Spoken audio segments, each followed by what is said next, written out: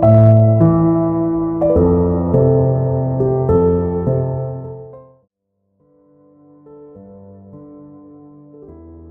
rest of the school day felt endless. Emma couldn't stop thinking about the letter. She read it again during lunch. "If you want the truth, meet me on the school rooftop after class." There was still no name, but she was almost certain Ethan had written it. Every time she looked toward the window, she expected to see him. He never appeared. The final school bell finally rang. Students rushed out of their classrooms. Some laughed. Some talked about homework, others hurried home. Emma waited until the hallway became quiet. Then she slowly walked toward the rooftop stairs. Her heart was beating faster with every step. She reached the locked rooftop door. It was strange. The door was usually locked after school. Emma gently pushed it. To her surprise, it opened. The cool afternoon wind greeted her. The rooftop was empty. At least, that's what she thought. She took a few careful steps forward. "Ethan," she called softly. No one answered. She looked around. There was nobody. Emma sighed. "Maybe I came to the wrong place." Just as she turned around, she heard a guitar. A slow, gentle melody floated through the air. She followed the sound. Behind a large water tank, someone was sitting on the ground. It was Ethan. He was playing an old acoustic guitar. His eyes were closed. He didn't notice Emma. The music sounded peaceful, but somehow, it also sounded lonely. Emma stood quietly. She didn't want to interrupt him. After a minute, Ethan stopped playing. "I knew you would come," he said without looking up. Emma smiled. "So it really was your letter?" Ethan nodded. "Yes. You wanted to tell me the truth. I wanted to show you something first." Ethan stood up. He walked toward the edge of the rooftop. Emma followed him. From there, they could see the entire school. Students were leaving through the front gate.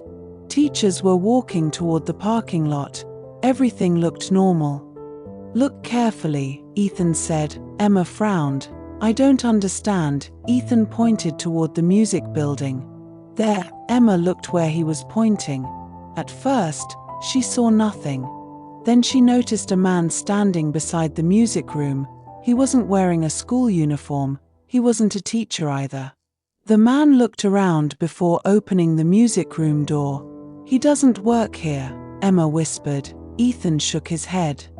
"No, who is he? I've been trying to find out." Emma looked at Ethan. "So that's why you keep disappearing?" Ethan nodded again. "For weeks. The teachers know about him." "I don't think so." "Then why don't you tell them?" Ethan stayed silent. After a few seconds, he finally answered, "Because they wouldn't believe me." Emma looked back at the music building. The strange man walked inside. A few moments later, he came out carrying a small black case. He quickly looked around again. Then he disappeared behind another building. Emma couldn't believe what she had just seen. "What was inside the case?" she asked. "I don't know. But every Friday, he takes something from the music room." Emma remembered something. "Today is Friday." Ethan looked at her. "Exactly." Emma suddenly understood why Ethan had asked her to come. He wanted a witness.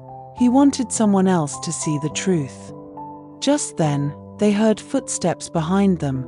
Someone was coming up the rooftop stairs. Ethan's face changed immediately. "We have to go."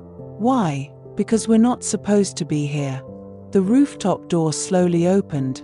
A teacher stepped outside. He looked directly at Emma and Ethan. His expression was cold. "What are you two doing here?" Emma couldn't answer. Neither could Ethan. Then the teacher's eyes moved to Ethan. For a brief second, his face changed. It wasn't anger. Without saying a word, he grabbed Emma's wrist. "Run!" They ran toward the other side of the rooftop. The teacher shouted behind them, "Stop!" Emma had no idea what was happening. But one thing was clear. The teacher wasn't trying to protect the students. He was trying to stop Ethan from discovering the truth.